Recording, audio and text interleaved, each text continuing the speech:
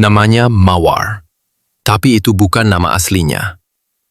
Di masa mudanya, ia dikenal di sebuah lokalisasi tua di pinggiran kota sebagai perempuan yang paling dicari.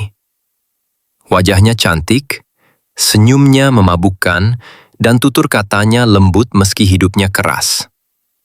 Setiap malam, ia duduk di depan kamar sempit bernomor 17, menanti lelaki datang dengan janji-janji palsu dan uang receh. Di dalam hatinya, Mawar sering bertanya, sampai kapan begini?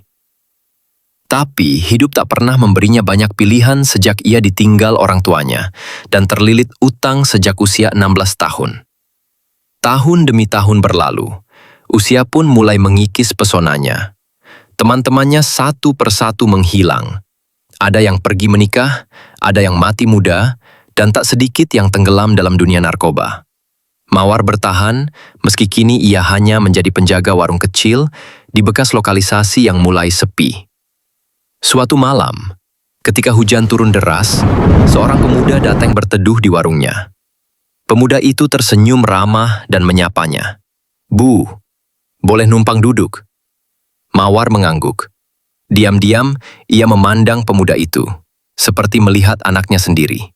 Usianya mungkin sekitar 20 tahun, mirip usia anak yang dulu ia gugurkan karena tak sanggup menanggung beban sebagai ibu tunggal di dunia yang kejam.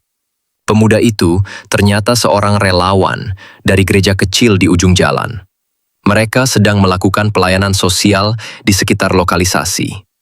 Ia berbicara hangat, bercerita tentang harapan, tentang pengampunan, dan tentang Tuhan yang menerima siapa saja, bahkan yang paling hina sekalipun. Mawar tertawa kecil. "Tuhan, apa dia masih mau lihat orang kaya saya?" Pemuda itu menatapnya dalam. Ibu tahu, perempuan yang pertama kali melihat Yesus bangkit dari kubur juga seorang perempuan yang pernah berdosa besar, tapi Tuhan memilihnya. Malam itu, hujan reda. Tapi dalam hati Mawar, badai justru mulai reda untuk pertama kalinya sejak puluhan tahun. Sejak hari itu, Mawar sering duduk di gereja kecil itu. Diam, tak banyak bicara. Orang-orang mulai mengenalnya bukan sebagai Mawar si penjajah cinta, tapi Bu Mawar yang suka menyiram tanaman gereja. Hingga suatu pagi, tubuh renta Bu Mawar ditemukan tak bernyawa di bangku taman gereja. Di tangannya ada Alkitab kecil usang dan sebuah surat.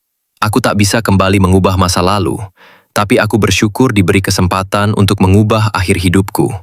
Terima kasih Tuhan, karena Kau tidak memandangku dari siapa aku dulu, tapi siapa aku sekarang. Pulang dalam damai, Mawar."